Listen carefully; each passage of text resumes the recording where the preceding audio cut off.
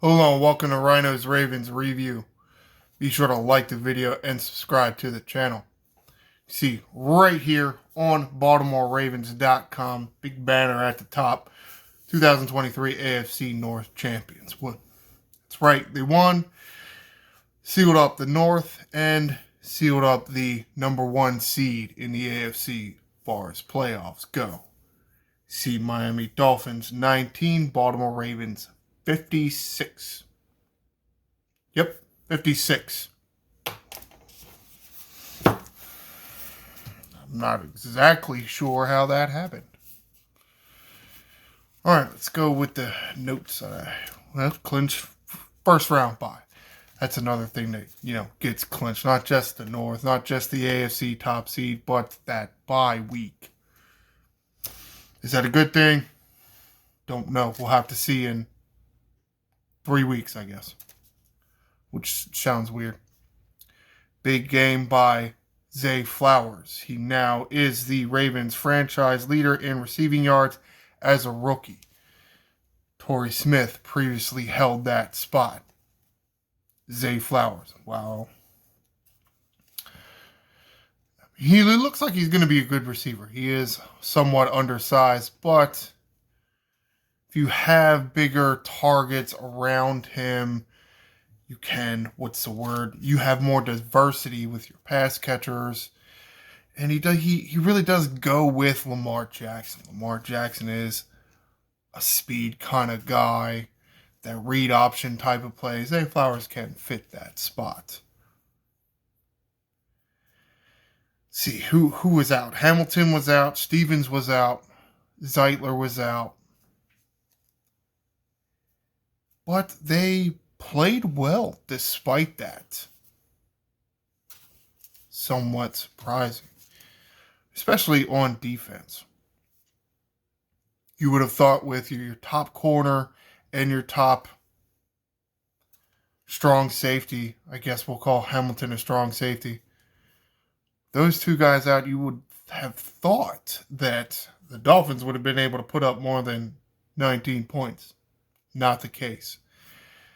But with this long layoff, we'll call it, still do have a game against the Steelers, but with everything locked up, it's much like it was 2019. They're not going to play a lot. Be lucky if we see Lamar Jackson in week 18. Forget how many weeks are in the season now. So, have several weeks to try to get Hamilton, Stevens, Zeitler, maybe Andrews. Keep an eye on that in the coming weeks. Some of these guys got to get healthy. Humphrey also left the game, re-aggravating that calf. Beckham left the game, injuring something. He got blocked on a Lamar scramble, so not 100% sure what it is, but we'll get updated throughout the week. Queen is really still dealing with that collarbone. You could see him not really limping because it's a collarbone. What would be the equivalent of a limp but in an upper body injury? Favoring that side, I guess. Could see it. Hopefully not too significant that I'll have to miss, let's say, playoff time, but has some time to get healthy. Let's go over here to the Game Center page that the Baltimore Ravens have. Again, no defensive stats. It's odd. Very odd. Got a few more notes for the offense. Several passes to Justice Hill. You can see in yardage, Justice Hill is the second leading man for the Ravens. Had a touchdown, too, long of 23. 5 catches, 64 yards. It's great. I love seeing that. Problem I have with that is look at all these other names on the list, and yes, there is Ricard, but that position was a little differently, and I'll get to that a little later. But you don't see any other backs like Gordon or Edwards. I guess I would like to see Edwards and or Gordon at least another running back get a pass thrown his way. Otherwise, might start keying on Justice Hill getting a pass, because you look at his rushing numbers: 3 attempts, 48 yards. Well, 48 yards was good. He broke one for 41. But you can see Gordon, Edwards taking a little more touches out of the backfield. What do I got here? Beckham only had one catch, but it was some kind of ridiculous catch on the sideline. Not like the catching the ball behind your back kind of thing. It was more going to the ground-ish. Ball was a little bit out of bounds, but Beckham was able to keep his feet on the ground. It was really close. Miami challenged, if I'm not mistaken. Ended up losing the challenge. Another bonus point for us. Likely had 2 touchdown catches, both on a dig type of route. Both of them were when he passed the line of scrimmage on the other side. One, he pretty much walked into the end zone untouched. The other one-handed grab and fought his way downfield in the end zone. Probably this 35-yard one right here. Yeah, you see likely 2 catches, 42 yards total, long of 35. It's 35-yard catch and run for his second touchdown off of a one-handed catch. Ricard, how I mentioned the dig routes. Ricard was really in there, not necessarily in place of Likely, but to kind of give different looks, you put Ricard at a tight end spot. And he ran that dig route, and Lamar threw it to him, and he was wide open. Lamar floated it a little bit, and Ricard's a little shorter than Likely, so he kind of bobbled it a little bit because it was a little too high for him, but the big man reeled it in. So really good to see that Patrick Ricard is being utilized, and there is diversity in how he is utilized and can be utilized. Yeah, all right. We'll go to some of these stats here. Got Charlie Kohler. Got another touchdown catch. Was that from Huntley? As you can see, Huntley actually came in here in the end of the game. Only one pass for 19 yards and a touchdown. It's like everybody was getting touchdown. Yeah, Flares, that was from Lamar. Those 2 were from Lamar. That was from Lamar. Yeah, it's right here. You see this 19 yards.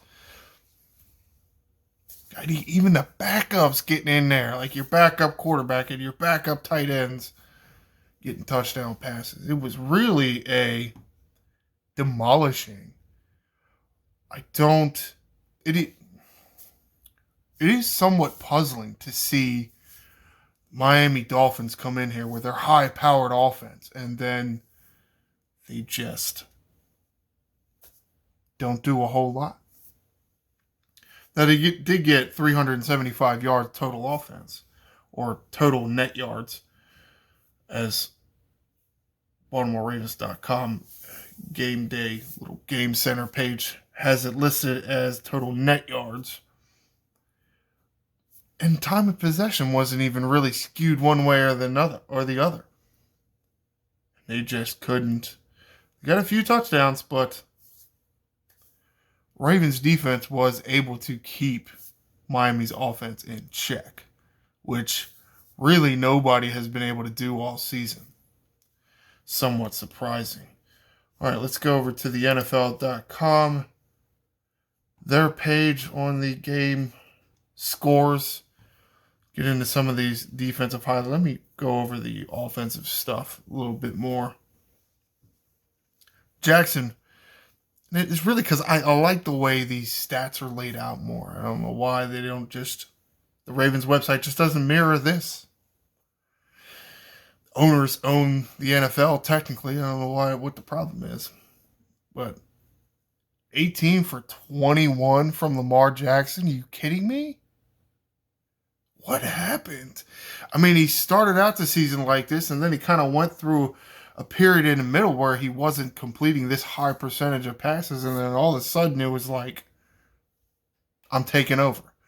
I'm mad that you didn't give me another primetime game, I guess.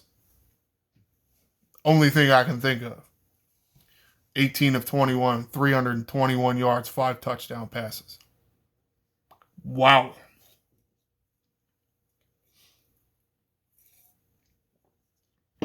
The talk with all the pundits is the MVP race is over. With this performance right here, it's done. Lamar's the MVP. Will the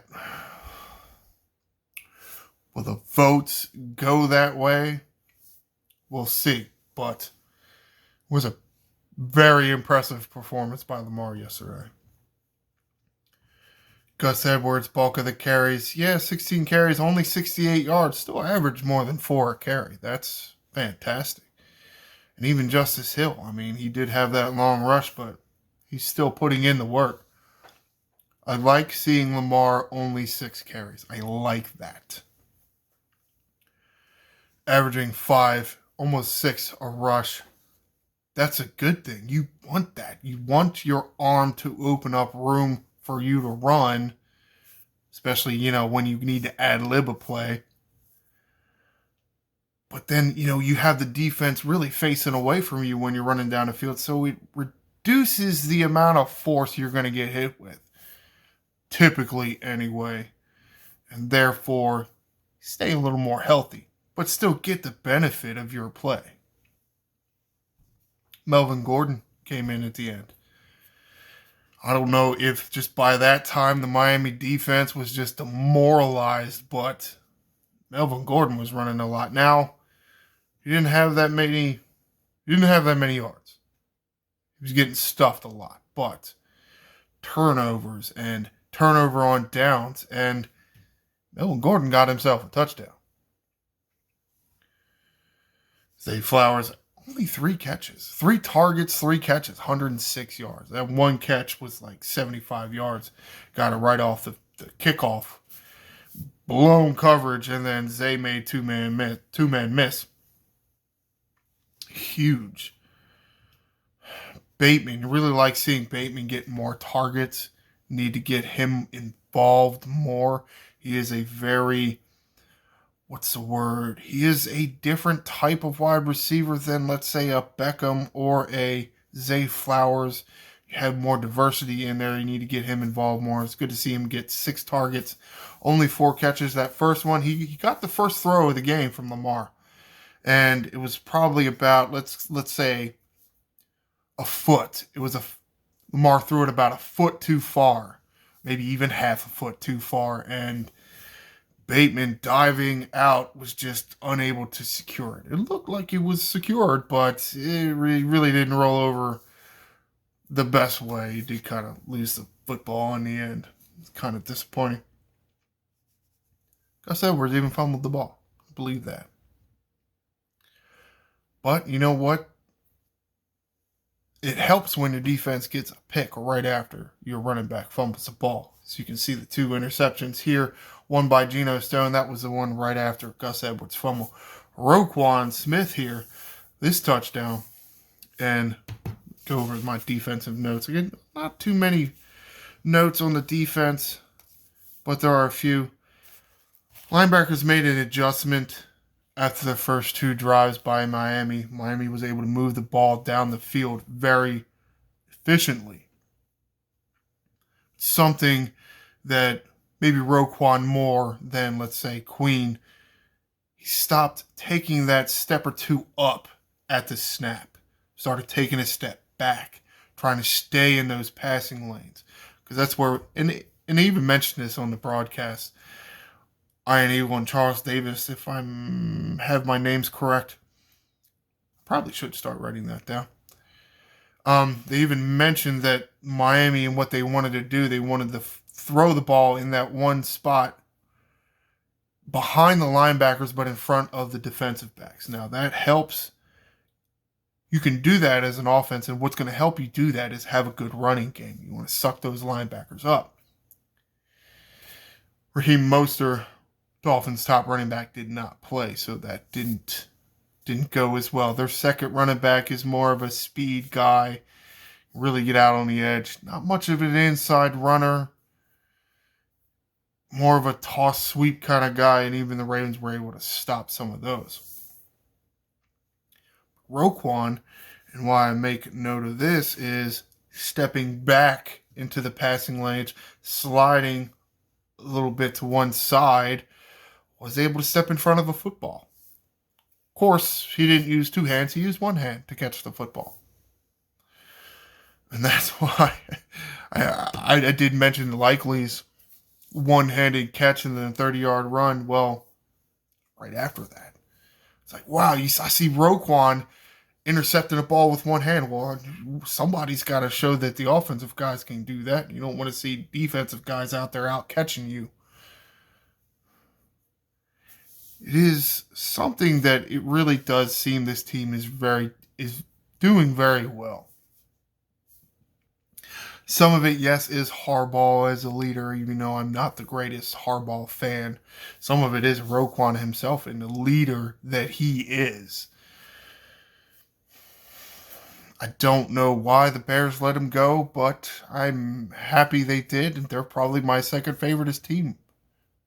They gave us Roquan Smith, and it really seems like that is why this team is staying together. You do have a strong leader as a coach. He's not really strong anywhere else as far as football, like, offensive plays or defensive play calling. And you have a strong on-the-field leader. Very vocal, strong leader in the locker room in Roquan Smith. Taking a look at some of these past breakups. Had some good pass breakups. Even had Patrick Queen going down the field. I guess it was the running back that he went with. Running back actually caught the ball, but Patrick Queen in the right mindset to get your hand and your arm in there to rip the ball out. Well, if he doesn't come down with the ball, then guess what? It's not a catch. You can get that ball in between your hands all you want, but if you don't make 2 or 3 football moves after that, it's not a catch. So, good job, Patrick Queen. Not a whole lot as far as sacking. Matabike did get another one. Dafe Owe finally does something. He's only at 5 on the year, which isn't great. Would have really liked to see him have more.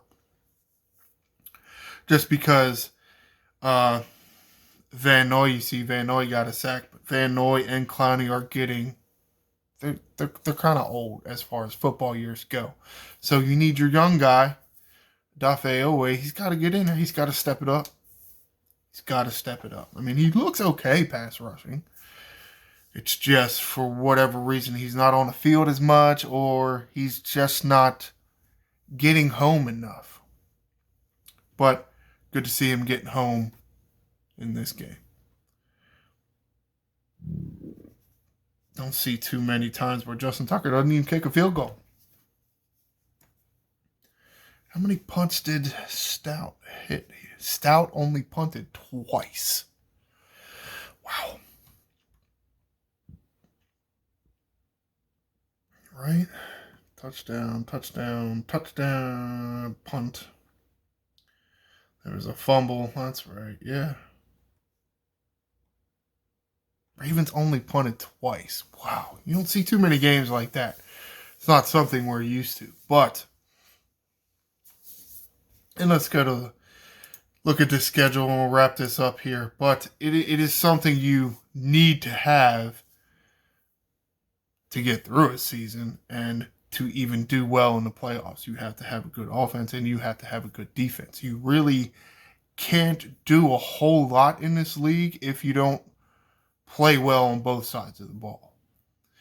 If you don't play well enough on offense, not only are you not going to score any points, but you're going to put your defense on the field too much, and they won't be able to stop anybody because they're going to be dog tired.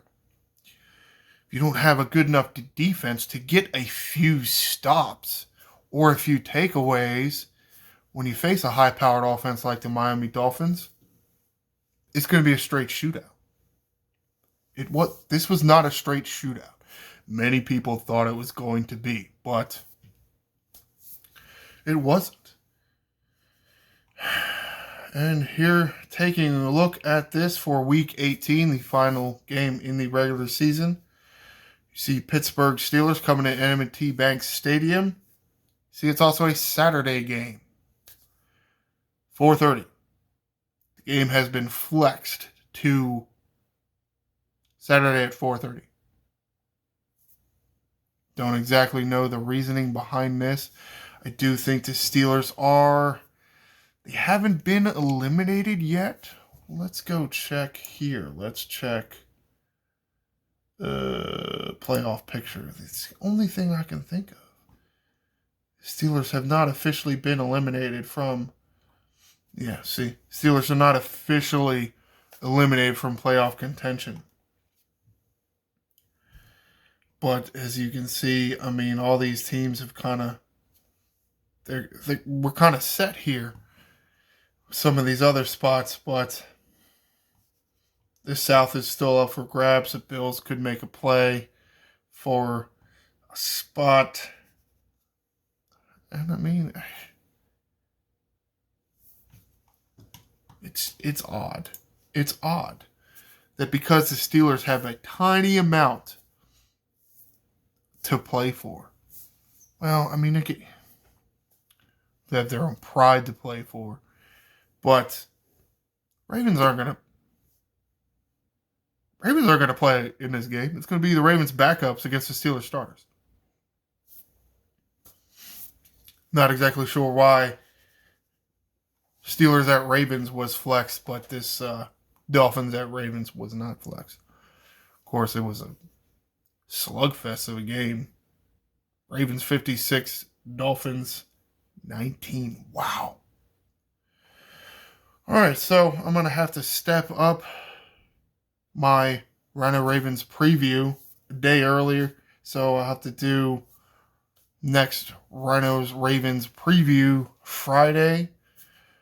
I wouldn't even have enough time. Well, I mean, I guess I could, but it would be cutting a little too close for comfort, in my opinion.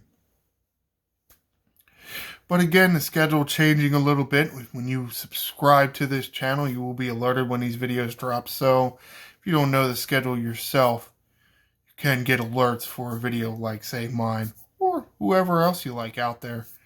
When they drop, you get alerts. And don't forget to like the video. I am the Angry Ryno. Fly, Ravens, fly.